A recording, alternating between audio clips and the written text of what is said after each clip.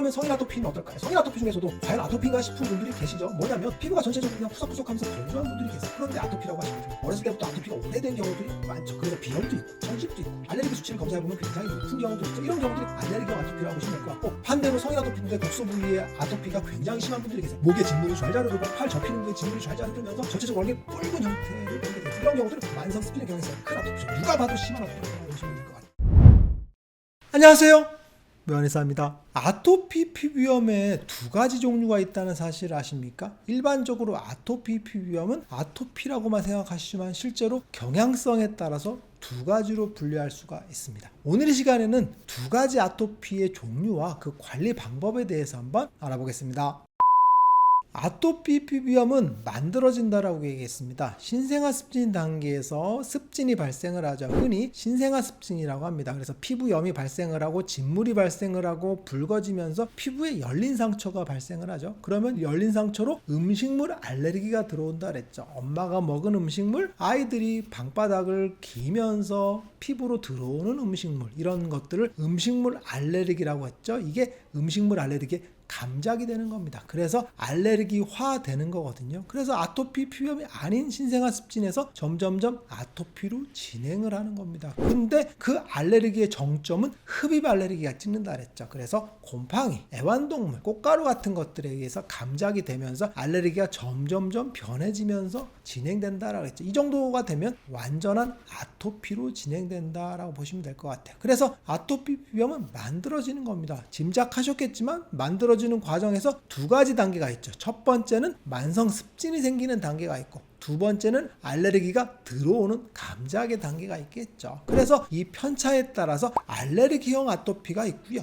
만성 습진형 아토피가 있다라고 보시면 될 것 같습니다. 그러면 실제 아토피 피부염을 한번 살펴볼까요? 소아 아토피 같은 경우도 희한하게 두 가지 형태가 있어요. 아이들 중에서 전신으로 넓게 퍼진 아토피가 있어요. 특별하게 심한 부위는 없는데 아토피처럼 보이는데 피부가 건조한 아이들이 있거든요. 근데 반대로 국소 부위가 엄청나게 심하면서 진물이 좔좔 흐르는 아토피가 있습니다. 그거에 대해서 물어보면 엄마 아빠가 아토피에 과거력이 있다든지 아니면 알레르기에 경향성 있는 가족력들이 많이 보이는 아토피 피부염이 있거든요. 그런데 이런 경향성이 아이들 같은 경우도 뚜렷하게 나눠지는 경우들이 많습니다. 그러면 성인 아토피는 어떨까요? 성인 아토피 중에서도 과연 아토피인가 싶은 분들이 계시죠. 뭐냐면 피부가 전체적으로 그냥 푸석푸석하면서 건조한 분들이 계세요. 그런데 아토피라고 하시거든요. 어렸을 때부터 아토피가 오래된 경우들이 많죠. 그래서 비염도 있고 천식도 있고 알레르기 수치를 검사해보면 굉장히 높은 경우들이 있죠. 이런 경우들이 알레르기형 아토피라고 보시면 될 것 같고, 반대로 성인 아토피인데 국소 부위에 아토피가 굉장히 심한 분들이 계세요. 목에 진물이 좔좔 흐르고 팔 접히는 부위에 진물이 좔좔 흐르면서 전체적으로 얼굴에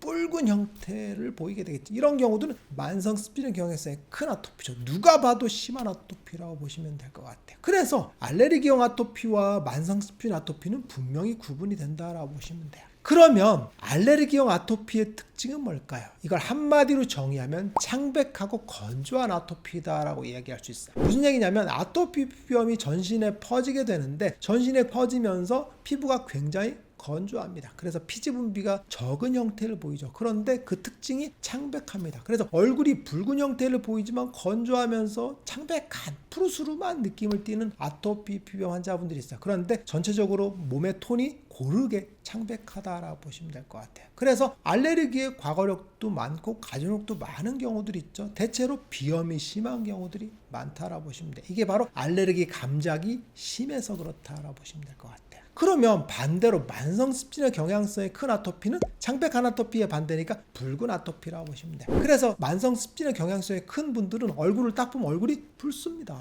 그리고 아토피 피부염의 국소 부위를 보면 굉장히 빨갛고 진물이 나고 염증 반응이 심한 형태가 되겠죠. 그래서 열이 많은 아토피다라고 볼 수도 있습니다. 그래서 국소 부위가 굉장히 심하면서 진물이 나고 가려움을 못 참는 형태들이 보이겠죠. 그래서 2차 감염도 심한 형태를 보인다라고 보시면 될 것 같아요. 그래서 아토피 비염에서 굉장히 심해 보이는 아토피는 만성습진형 아토피다라고 보시면 될 것 같아요. 그러면 두 가지 아토피가 존재하는데 관리 방법은 같을까요? 다를까요? 물론 같습니다. 알레르기형 아토피와 만성습진 아토피는 모두 다 음식 관리를 철저하게 해주셔야 돼요. 그래서 알레르기 검사를 했을 때 알레르기가 있다면 그 음식들은 배제하는 게 좋겠죠. 그리고 염증 유발 음식도 피하는 게 좋겠죠. 그래서 튀긴 음식, 기름진 음식, 매운 음식, 그리고 인스턴트, 과자, 빵, 젤리 이런 것들은 반드시 피하는 게 기본 전제 조건이다라고 보시면 돼요. 그런데 알레르기형 아토피는 관리할 때 특별하게도 항원에 대한 관리를 더 중점적으로 해주셔야 됩니다. 알레르기 검사를 했는데 곰팡이가 나왔어, 혹은 꽃가루가 나왔어. 그렇다면 생활 환경에서도 이거에 대한 충분한 관리를 해주셔야 돼요. 공기청정기를 사용한다든지 아니면 청소를 깨끗하게 해준다든지 곰팡이가 안 생기는 조건들을 만드는 게 굉장히 중요할 것 같아요. 그리고 음식물에 대한 알레르기가 심하다면 음식물에 대한 철저한 관리가 더 필요한 게 알레르기형 아토피다라고 보시면 될 것 같아요. 그리고 만성습진형 아토피는 열에 대한 관리를 항상 신경 쓰셔야 돼. 만성습진형 아토피는 열에 의해서 피부염이 심해지는 경향성을 보이기 때문에 전기장판이라든지 더운 환경, 온도, 습도 같은 거에서 피부를 상쾌하게 유지하는 걸 기본 전제 조건으로 깔고 좀 더 중요시해야 될 것 같아요. 그래서 러닝 같은 것들, 더운 환경에서 반신욕, 찜질 이런 것들, 열에 대한 관리를 잘못했을 때 뻥 하고 심해지는 건 만성습진형 아토피다라고 보시면 될 것 같습니다. 오늘 시간에는 아토피 피부의 두 가지 타입에 대해서 한번 알아봤어요. 알레르기형 아토피는 창백한 아토피, 건조한 아토피라고 보시면 될 것 같고, 만성습진형 아토피는 열이 많은 붉은 아토피다라고 보시면 될 것 같아요. 관리 방법에서도 두 가지가 분명히 존재하기 때문에 정확하게 관리하는 게 굉장히 중요할 것 같습니다. 묘한 의사에게 궁금한 거 있으면 댓글 남겨주세요.